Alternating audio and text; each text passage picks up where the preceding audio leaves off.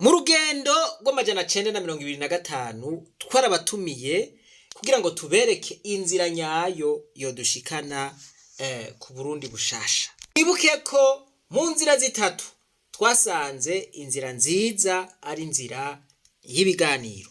Twarasubiye turabatumira ubugira kabiri mu rugendo rw'1066. Aho naho twariko turabereka formule twokoresha kugira ngo dushobore gushika kw'ivyo biganiro. Mu majambo make twasanze iyo formule ari yo kwicisha bugufi. Mwibuke tuvuga ingene ikinyabwoya gihinduka ikinyugunyugu, tukerekana inzira bifata kugira ngo kibe ikinyugunyugu. Natwe nk'uko ikinyabwoya gihinduka ikinyugunyugu, ubu tukaba tubayeho ubuzima nk'ubw'ikinyabwoya, dutegerezwa kwemera kugira sacrifice nk'ikinyabwoya kigira kugira ngo gihinduke ikinyugunyugu. Uno munsi naho rero tugomba turabire hamwe urupapuro rw'inzira. Urupapuro rw'inzira ni urupapuro canke n'ivyiyumviro bishobora gufasha abantu kugira amerekero amwe, bagaheza bagafata n'urugendo mu gukemura ibibazo bibahanamiye. Ibibazo navyo murazi yuko dufise vyinshi kandi nta utabibona ko biriho kino gihe. Nababwiye nti ubu dufise ibibazo ariko turabona n'inyishu ahiri. Twarabonye yuko inyishu iri mu biganiro. Formule twokoresha kugira ngo dushike kw'ivyo biganiro turamaze kuyerekana. Ubu rero mw'ivyo bibazo nyene aho abantu batabona neza ingene twoshika kw'ivyo biganiro, ubu naho tugomba twerekane rwa rupapuro rw'inzira rugizwe n'amategeko canke ico nokwita principe mu gifaransa, canke ibintu twokwisunga mu gufata rwa rugendo rwacu rudushikana ku biganiro. Uti none izo principe canke ayo mategeko ugomba ko adufasha gushika kuri ivyo biganiro wayakuye? Nta handi nayakuye atari mu gitabo ca Bibiliya, atari mu ijambo ry'Imana. Muti none ivyo navyo nibiki? Vyaje gute? Nagiye ngaho ndatembereza umutwe ndiko ndiyumvira ukuntu twotora umuti w'inyishu z'ibibazo biduhanamiye. Ko inyishu zaza narumva yuko zidahagije, niko guca mvuga nti ivyo ari biba vyose ibibazo turimwo, ibibazo biduhanze, hariho n'abandi bantu ushobora gusanga barabiciyemwo kw'isi, none babivuze kwiki? Naho nta kajambo k'ubwenge boba baravuze natwe kagashobora kudufasha. Nasomye ibitabo bitari bike, ntora ahanditse abantu bahambaye, abantu badasanzwe, abantu novuga yuko babaye inkingi. Abo bantu nibo bateguye ukuntu Amerika izoba imeze. Abo rero nabo bita the founding fathers of America, canke les pères fondateurs de l'Amérique. N'umugwi w'abantu b'imboneza bashize ivyiyumviro hamwe kugira ngo bashobore kubaka Amerika. Nibo batanze intumbero yuko Amerika itegerezwa kuba imeze. Nibo bashizeho n'ibwirizwa shingiro rya Amerika. Abo bantu kubera ubutwari bagize, abantu benshi kw'isi babagendana mu mifuko. Ubu rero natwe tugeze aho twipfuza abo bagabo. Kubera ikimvuze uko, bamwe muri abo bagabo nibo bahangamiye ku madolari. Ubu umuntu w'umugabo yiyubashe usanga afise amadolari. Ubu natwe murazi yuko turiko turarira kubera ata madolari dufise. Abo rero ibanga rihambaye ryo kugira ngo bakore ivyo vyose nasanze barikuye muri Bibiliya. Ihweza imyaka bari bafise murabe. Bari bafise imyaka iri hagati ya 18 na 38. Umuntu yari afise imyaka 38 yari Thomas Paine. Aho rero hari mu 1776. Bituma nama ndababwira nti gwaruka, ibi bibazo mubona biduhanamiye ni twebwe tubwirizwa kwitorera inyishu. None twobihande bakuru bacu canke ba data wacu barironkeye ico barondera. Bafise amamodokari, bafise amazu, bafise ibiki, bafise n'amahera. Izi ngorane rero ntizidukora ko kumwe. Maze kumva rero ko aba bagabo ibanga rikomeye kugira ngo bashike kubihambaye barikuye muri Bibiliya maze kubona ingene basenga bakisonzesha ndavuga nti iki gitabo gishobora kuba ari igitabo gihambaye. Perezida George Washington yabaye perezida wa mbere wa Etazini niwe yavuze ati ntiwoshobora kurongora igihugu udafise Imana muri wewe ugire na Bibiliya. Thomas Jefferson n'uyu yarabaye perezida wa Etazini aravuga ati Bibiliya nibuye rifata imfuruka y'umwidegemvyo. Ati Bibiliya ni igitabo kitugira abantu beza. Benjamin Franklin mubona ku noti y'amadolari 100 avuga ati mu nzu yose hategerezwa kubamwo Bibiliya n'ikinyamakuru. Abagabo muzobaze byari ibintu vy'ibimeneke vyo ngaho sinzi ko hoba harasubira kuboneka abagabo nk'aba muri Amerika. Nibaza ko atabariho kuko nta n'uwundi barashira ku idolari. Umutipe bamwita Roger Sherman, bamwita Master Builder of the Constitution of America. Yari umunyamategeko akongera akaba n'umukenguza amateka akomeye. Ubu niwe yabaye mu secretary wabo muko bategura ibwirizwa shingiro ryo muri Amerika. Yaravuze ati igitabo nisunze gusumvya ibindi bitabo vyose mu kwandika ibwirizwa shingiro nisunze Bibiliya. Barabwira yuko ibwirizwa shingiro rya Amerika kuva abagabo baryanditse nta n'undi muntu arasubira kurihindura. Uwo mutipe nawe ngo nindega nani? Uwo mutipe bamwita Noah Webster. Mu 1828 niwe yanditse dictionnaire ikomeye y'icongereza muri Amerika. Iyo bayise Noah Webster's 1828 dictionary. Dictionnaire yarimwe amajambo arenga 70,000. Aravuga ati nta ndero ishoboka mu gihe hatisunzwe Bibiliya. Ati nakuye inspiration muri Bibiliya. Ati kandi bitabo bikomeye bisata vyinshi inspiration twayikura mu ijambo ry'Imana. Ubamwita the school master of the republic. John Jay nawe avuga ati Bibiliya ni igitabo ciza gusumvya ibindi vyose. Horace aravuga ati ntushobora gushira mu buja umuntu asoma Bibiliya. Ati principe zo muri Bibiliya niyo mategeko nshingiro y'umwidegemvyo. Perezida Abraham Lincoln uyu yari perezida yubaha Imana cyane yakuyeho ivyo kugira abanyafrika abaja muri Amerika. Bibutse ko yari we mu perezida yahamagaje abanyamerika bose ngo bisonzeshe igihe hari intambara bise la guerre de sécession. Yavuze ati ndizera yuko Bibiliya ari ingabire twahawe n'Imana. Ati message cyangwa ubutumwa bwose Imana yagomvye kuduha yabucishije muri Bibiliya. Perezida Ronald Reagan nawe uyu yabaye perezida n'umutama nka Joe Biden, nawe yari umuperezida yubaha Imana. Yavuze ati mu mpapuro z'igitabo ca Bibiliya hariko inyishu z'ibibazo vyose umuntu ahura navyo. Uwo mugabo rero maze kumva yavuze ibi niwe napfungiye kwifure. Ati muri Bibiliya hari inyishu z'ibibazo vyose. Inkuru y'umwana isubira inyuma, ibintu vy'uko abaperezida barahira bafashe Bibiliya aba bagabo nibo babizanye kubera bari bemera ko Bibiliya ari igitabo gihambaye. Ico nico bita influence. Voilà, ubu muco urabonetse ndamenye iyonja kuronderera inyishu. Aha naza nujujwe mvuga nti ngomba nsome Bibiliya ngombe nturike. Kuko nabonye yaba bagabo bakuye ibanga, nabonye yaba bagabo bakuye ingufu. Umviriza akakana. Benjamin Franklin, a Bible merchant. Benjamin Franklin muri leta ya Philadelphia niwe muntu yadandaje amabibiliya menshi. Yazi ariko aradandaza. Yariko aradandaza inzahabu. None Franklin ari hehe? Ntimumubona kuri $100. Suyo. Gira uronke $100 icuya kirabiramuta. Ati okay, ibitabo bidandazwa na Franklin. Bible z'uburinganire bwose hano ziriho. Murabibona kucapa. Aha rero niko guca nanje ntangurira kwitanguriro. Murumva yuko nari mu yindi mpemu mugani wa wundi. Nari mfise inspiration idasanzwe. Vuga nti nanje nimpaka ntore ivyo ndiko ndarondera. Aha nimwave mugira ngo ndiko ndabaswahira abagabo. ibi ndiko ndababwira byagenze uku nyene. Usomye mu gitabo ca Hoseya igice ca 4 ku murongo wa 6 haravuga ngo abantu banje bishwe no kutamenya.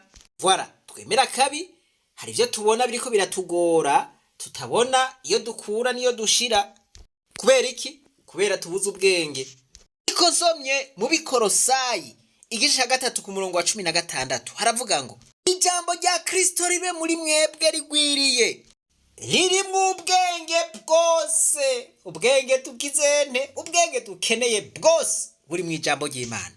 Yampaye nkawe rero bwa bwenge b'abatipe bavuga buri ngaha ngibi ngo mwigishanye muhanurane. Ku murongo wa 23 haravuga ngo ivyo mukora byose mubikore mwisunze ijambo. Timoteyo wa 2 igice ca 3 ku murongo wa 16 haravuga ngo ivyanditswe vyose vyahumetswe n'Imana kandi bigira ikimazi cyo kwigisha umuntu no kumuhana no kumutunganya no kumutoza indero nziza mu kugororoka, kugira ngo umuntu w'Imana abushitse afise ibimukwiye vyose kugira ngo akore igikorwa ciza cose. No gihe rero murabona yuko dufise ibibazo umurundo bidukikuje. Turakeneye inyishu, turakeneye uburyo twoshobora kubikemuramwo ivyo bibazo. Aho dufise ivyo bibazo, ibice 95 vy'abarundi nabemera Imana. Umwami uriko muratahura igituma nababwiye rya jambo nti ivyo nasanze vyoshobora kudufasha kugira ngo dushobore gushika kwihangiro ryacu, vyoba bifise umuzingi canke vyoba vyubakiye kwijambo ry'Imana. Aha rero wampaye inka. Bwira mugenzi wawe uti ibintu birakomeye cane. Abategetsi bacu nabo baremera Bibiliya kandi barayisoma. Aha, ibintu tugomba tubishire ku mugaragaro. Twoshimira Imana ko abategetsi bacu basoma ijambo ry'Imana. Aha ndiko ndavuga ibi, ndizera neza yuko ariko ndavuga igishinwa, niyo navuga ibitari vyo aravuga bati aho urihenze, ivyo sivyo. Nuko rero ubwa mbere na mbere tubanze tumenye duti tugomba iki, turiko tujahe, twifuza gushika kuki. Abarundi turifuza gushika ku ntambwe Uburundi bwogorora. Abarundi turifuza gushika ku mahoro arama. Abarundi turifuza kuruhuka, tukagaruza umunezero Satani yatunyaze, kuko twarababaye. Rero kwiki gicapo ko ari barabara rigenda hari imbere. Murabona igisagara ciza, amazu meza mugabo ntaboneka neza, ariko urabona ko ari igisagara ciza ariko kiri kure. Rero n'urupapuro rw'inzira rudushikana hari ahantu mubona heza. Ese igice ca mbere ku murongo w'19 haravuga ngo nimwemera mukumvira muzojya ivyiza vyo mu gihugu, ngo naho nimwanka mukagarariza inkota izobarya. Aha rero ibintu bitera bikomera. Turi mu mayira abiri, turahitamwo kiriya gihugu turashobora kugishikamwo twumviye, mugabo tutumviye ibyiza biri muri kirya gihugu, biri muri kiya gisagara, biri hajya ahantu heza, ntitugeza ngo turabiryako, ahubwo inkota iratumara. Niko Uhoraho agize. Iyo nkota ni bwa bukene, ni kwa kubura ibi na biriya, ni vya bigwara, ni kwa kubura amadolare, ni kwa kubura ibitoro, ni kimwe canke ubusa. Turumvira canke nitwumvira. Rero dushike mw'ico gihugu ciza gishasha, igihugu gitemba amata n'ubuki. Hariho ibintu ngendegwako, ibintu no kwita inkingi canke ivyo no kwita mu gifaransa les principes zishobora kudufasha kugira ngo dushikeyo. Principe canke izo ngazi zodufasha kugira ngo dushobore gushika mw'ico gihugu c'amata n'ubuki ni 12. Izo rero nizo ngomba dusabikanye. Ibi bintu nimubifate minenegwe, n'ibintu bihambaye cane bigize uru rupapuro rw'inzira. Tegeko rya mbere, principe ya mbere canke inkingi ya mbere ni igihe. Kumenya igihe urimwo ni ikintu gikomeye. Hariho abo usanga batazi ibihe barimwo, amahirwe agashobora kubarengana. Mwibuke b'abakobwa b'ibijuju n'abakobwa b'abanyabwenge bari bafise amatara. Umusiguzi igice ca 3 ku murongo wa mbere haravuga ngo ikintu cose cashingiwe igihe cacu, kandi igikorwa cose munsi y'ijuru gifise akanya kacu. Hari igihe cyo kuvuka n'igihe cyo gupfa, igihe cyo gutera n'igihe cyo kurandura ivyatewe, igihe cyo kwica n'igihe cyo gukiza, igihe cyo gusambura n'igihe cyo kubaka, igihe cyo kurira n'igihe cyo gutwenga. Cya gihugu c'amata n'ubuki ntidushobora kugishikamwo mu gihe tutaratahura igihe turimwo. Ntidushobora kugishikamwo mu gihe tutaramenya yuko hageze nuko hataragera. Abaroma igice ca 13 ku murongo wa 11 haravuga ngo nuko mwame mugenza mutyo, kuko muzi imisi yuko igihe gishitse co kwikangura. Abarundi, igihe cyo kwikangura kirageze. Tereza amaso hirya no hino urabe ibibazo dufise. Ivyo bibazo harageze ko tubitorera umuti. Inkingi ya kabiri canke principe ya kabiri ni ubumwe. Abarundi barayemaze ngo imiti ikora ikoranye, n'imitwe ngo ikora ikoranye. Ahari ubumwe nta kinanirana. Abarundi mukabona tugize ubumwe, tugize urunani, tuzoba duteye ubwoba. Abikorinto ba mbere igice ca mbere ku murongo w'10 haravuga ngo ariko ndabinginga bene data mw'izina ry'umwami wacu Yesu Kristo, mwese mubimvuga rimwe kandi ntimwirememwo ibice, ntihagire ibice biboneka muri mwebwe, ariko muhuze umutima n'inama. Abantu bahuje umutima n'inama, murumva ingufu baba bafise. Petero wa mbere igice ca 3 ku murongo w'8 haravuga ngo ibisigaye mwese muhuze umutima, mubabarane, mukundane nk'abavukana, mubwiriranire imbabazi, mwicishije bugufi mu mitima. Mbe nageza ngaho. Ahatari ubumwe na mwebwe murabizi yuko ataterambere rihaba, atamahoro haba, nta kintu na kimwe gishoboka. Ariko ahari ubumwe vyose birashoboka, vyose biraronka inyishu. Je hamwe rero tugire ugo runani rw'intamenwa. Murumva yuko ijambo ry'Imana ari ryo ribidusaba. Principe canke inkingi ya gatatu n'amahoro. Bega Abarundi twifuza kubaho mu mahoro, amahoro arama canke amahoro arama turayafise. None tworondera ico dufise.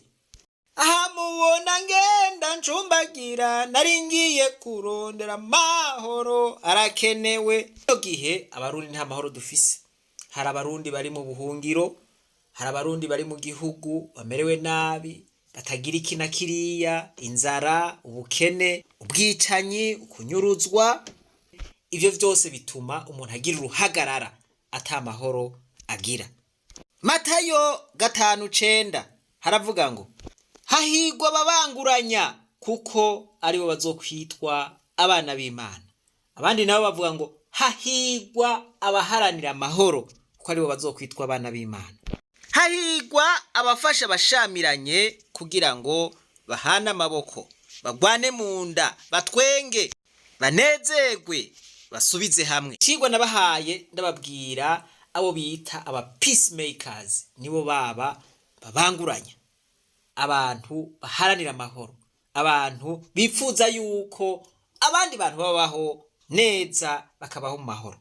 Twese twohagurukira rimwe twifuza amahoro, twoba duhiriwe, kuko twokwitwa abana b'Imana. Voilà. Murundi atagomba kwitwa umwana w'Imana. Inkingi ya kane ni uguca bugufi. Mu vyigwa dutanga mu ishuri ry'Abarundi bose, iyi nkingi twayigize iya mbere. Turemeza yuko igihugu c'u Burundi kugira ngo gikire dutegerezwa kwicisha bugufi. Yoweri igice cya kabiri ku murongo w'12 haravuga ngo enda naho bigeze iyo niko Uhoraho agize nimungaruke ko n'imitima yanyu yose mwisonzesha murira muboroga imitima yanyu aba ariyo mutabagura ntimutabagura impuzu mugaruke kuhoraho Imana yanyu kuko ari nyabuntu yunzuye imbabazi nyinshi kandi yigarura ngo ntizane ikibi ntawubizi yo kwigarura ikabasigarana umuhezagiro. Ngoma ya kabiri igice c'indwi ku murongo w'14 haravuga ngo maze abantu bitirirwa izina ryanje nibicisha bugufi bagasenga barondera mu nyonga hanje bagahindukira bakareka ingeso zabo mbi nuko nanje nzokumva ndi mwijuru mparira ibyaha byabo nkize n'igihugu cabo. Igihugu cacu coba kigwaye ga yemwe, none nimba kigwaye murumva ivyo dukwiye gukora. Narababwiye ukuntu muri Amerika bicishije bugufi bakisonzesha bagaheba imiduga bakemera kugenda n'amaguru bakiyima ivyo bakunda kugira ngo bashike kwihangiro ryabo. Naraberetse ingene abahindi bicishije bugufi kugira ngo bikure ingorane zari zibaremereye kandi bagashika ku myidegemvyo bagashika kuri independence. Narabwiye yuko bemeye guheba umunyu bahora barya kugira ngo bibabaze mu ntumbero yuko baronka umwidegemvyo mu ntumbero yuko bashika kuri independence kandi batako barabishikako. Ico gihe abahindi bari imiliyoni 400 murumva aho hari mu 1937 hoho abahindi no muri yaridi nusu nukuvuga ngo abahindi bonyene barasumba abantu bari muri Afrika bose. Mwimvire twebwe ntidushika ni miliyoni 13 Gandi niwe yavuye avuga ati ukwicisha bugufi ni kigwanisho gihambaye gusumvya ibindi vyose. Ato twarababwiye duti hariho ibintu kanaka tugiye guheba mu ntumbero yo kwicisha bugufi. Twaravuze yuko tubwirizwa kwitanga kw'ikimazi. Twaravuze yuko ata kintu dushobora gushikako tudatanze ikimazi. Inkingi ya gatanu canke principe ya gatanu n'ubutungane. Imana yonyene ni Imana y'ubutungane. Ivyo tubisanga muri Yesaya igice 30 ku murongo wa 18. Yeremiya igice 22 ku murongo wa 3. Uku niko Uhoraho agize ati nimuce imanza ziroranye nizigororotse mukize unyazwe mumukure mu kuboko kumuhahaza ntimugirire nabi canke ngo muhahaze ingenzi n'imfuvyi n'umupfakazi canke ngo muvishirize aha hantu amaraso y'abatacumuye. Kandi twese duhagurutse twifuza ko hacibwa imanza ziroranye izigororotse imfuvyi n'abapfakazi batarenganywa ingenzi n'abahahazwa badasubira kurenganywa. Tugahaguruka twifuza yuko abapfungiwe ubusa bapfungurugwa ntihagire unyagwa utwiwe kubera adafise amahera. Hora haravuze mwico gihe abarundi twoba duhagaze nk'abantu b'abashinga ntahe, twoba duhagaze nk'abantu b'abagabo, duhagaze mu bukombe bw'Imana kandi uru rugamba tworutsinda kuko duhagurutse duharanira ubutungane. Sinkekeranya Imana yoba iri mu ruhande rwacu kuko abariko bararenganywa ni benshi cyane. Inkingi ya gatandatu nukuri. Abarundi vy'ukuri duhagaze mu kuri atawukingira ikibaba wundi atawuvuga ngo oya ngo ko biwacu bakoze biriya uregereza kubakingira ikibaba. Ico nico cishe ibintu. Umugwi w'abantu uzi neza ko hari abandi bakoze amakosa 72 ariko bagomba gukingira ikibaba abayakoze. n'abandi bakoze amakosa mu bihe byagiye biratandukana. 93 abo nabo bagerageza gukingiranira ikibaba, usanga kwa kuri nukuri guhengamye canke ntikubonetse. Mwe rero twohagurukira ukuri, turondera ukuri, abarundi twese Imana yoduhezagira, kuko Imana n'ukuri. Yohani igice 8 ku murongo wa 32 haravuga ngo abantu bazomenya ukuri, kandi ukuri nako kubahe kwidegemvya. Kino gihe dukeneye umwidegemvyo, mugabo uwo mwidegemvyo ntidushobora kuwushikako tutemeye guhagarara mu kuri nyene, ukuri kw'Imana, ukuri kumwe kugororotse. Rero abarundi twese duhagurukire rimwe, duharanire uko kuri. Inkingi y'indwi n'urukundo. Abikorinto wa mbere igice ca 16 ku murongo wa 14 haravuga ngo ibyo mukora byose mubikorane urukundo. Iri jambo riradutsinda twebwe abarundi, kuko murazi yuko twebwe twankana. Abikorosayi igice ca 3 ku murongo w'14 haravuga ngo ikigeretse ko kuri ibyo byose mwambare urukundo, nigo mugozi uzana gutungana. Murumva yuko abarundi dukeneye urukundo, turakeneye gukundana, turakeneye kumvikana, turakeneye gutahurana kugira ngo dushobore gushika kuri ryahangiro. Turakeneye kudasubira kurabana nabi, twankana. Ivyo rero navyo murumva yuko uru rukundo tubwirizwa kuruharanira. N'akarengo ntawovuga ngo akunda Imana ariko yanka mugenzi we. Undi rero twosubira kuvuga ngo turakunda Imana kandi twankana muri twebwe, aho twoba turi indyarya zo ku rwego rwo hejuru. None ibi vyo tunanira tukavuga ngo dukunda igihugu gute? Bwoba ari uburyarya. Inkingi y'umunani n'ubugombe. Bavuga ngo ahari ubushake canke ahari ubugombe haba n'inzira. Abarundi twogomba, hamwe abarundi twokumvira, twojya ku vyiza vyo mu gihugu. Mwibuke rya jambo rivuga ngo Yesaya igice ca mbere ku murongo wa 19 haravuga ngo nimwemera mukumvira muzorya ivyiza vyo mu gihugu, naho nimwanka mukagarariza inkota izobarya. Abarundi turashaka gukira canke ntitushaka? Tutabishaka inkota izoturya, niyo twaba tubishaka naho tuzorya ivyiza vyo mu gihugu. Utaravyiyumvamwo rero navyiyumvemwo kugira ngo azorye ku vyiza vyo mu gihugu.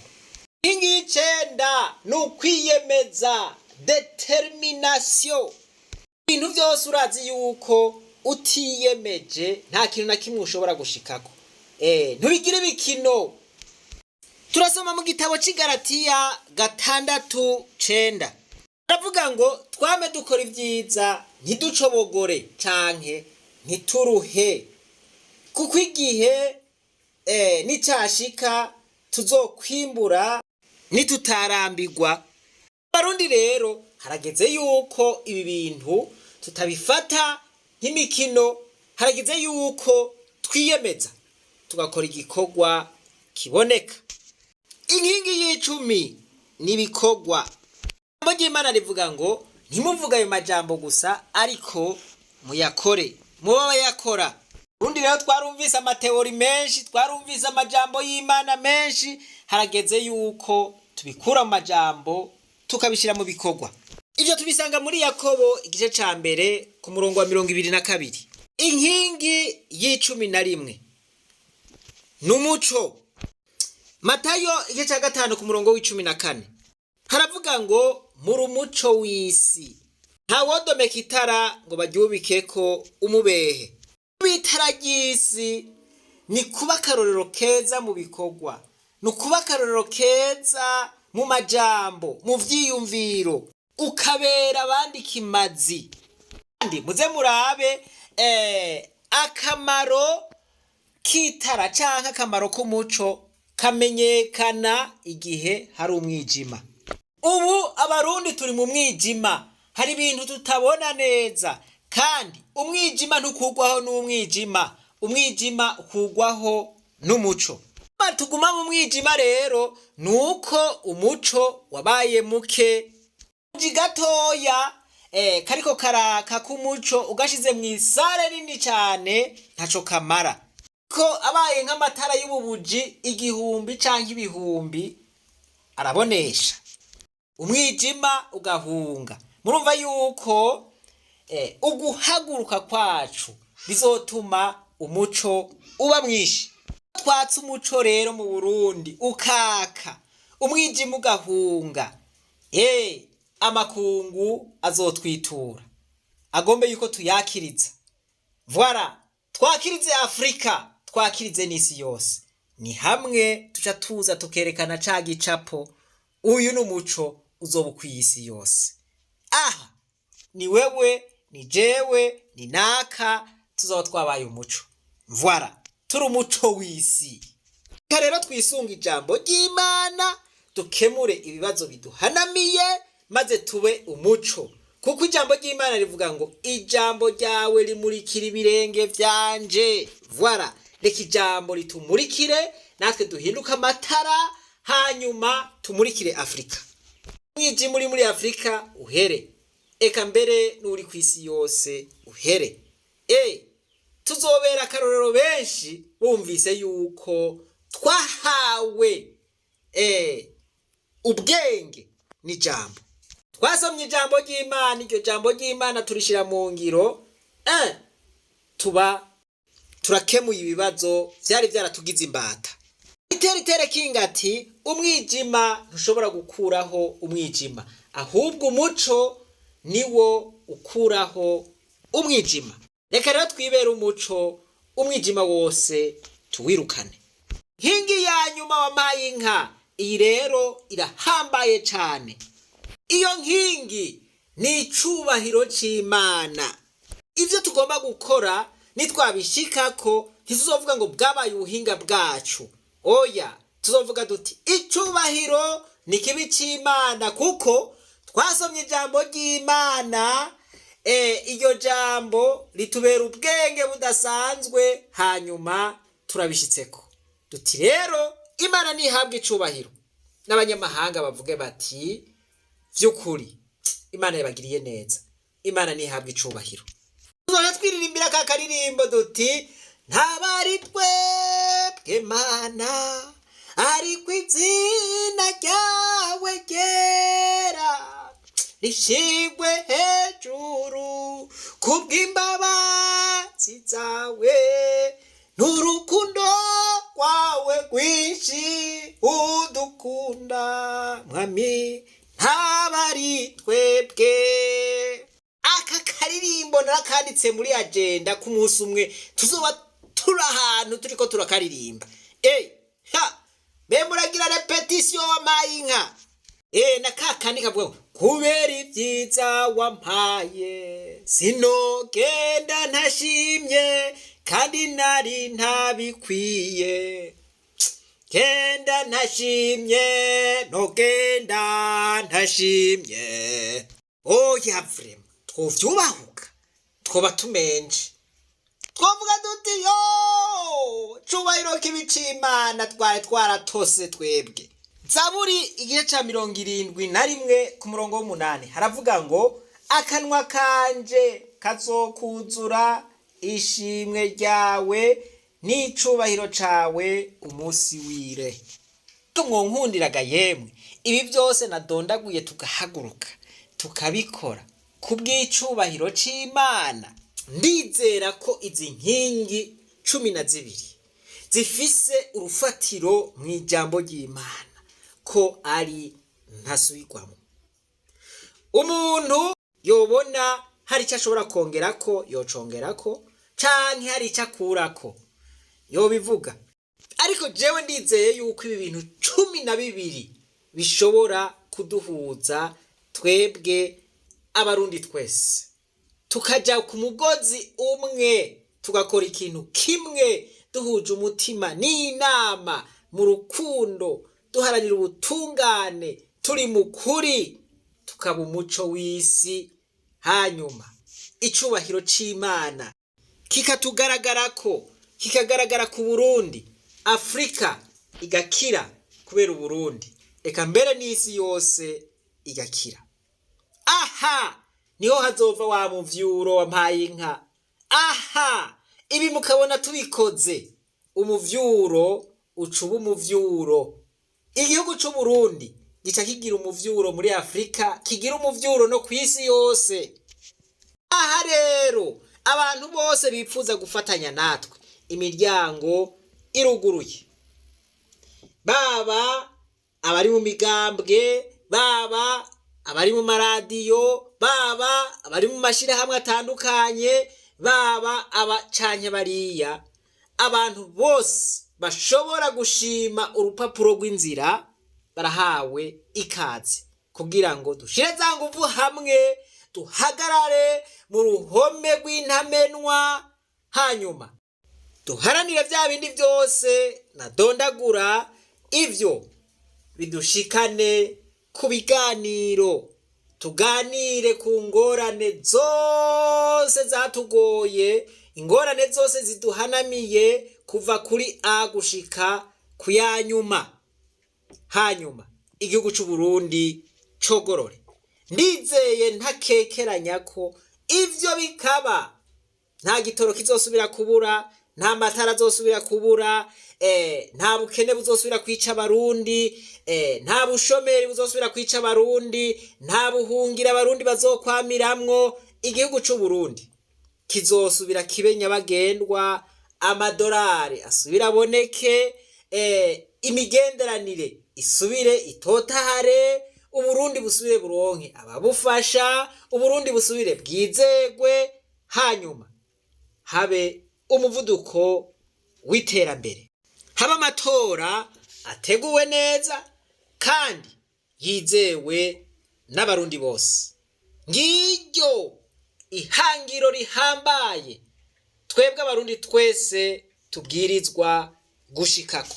Aha nta kinyegezwa nashizemwo, uru rupapuro rw'inzira n'ugw'umurundi uwariwe wese, yaba uri ku butegetsi canke atari ku butegetsi, ibi aravyumviriza.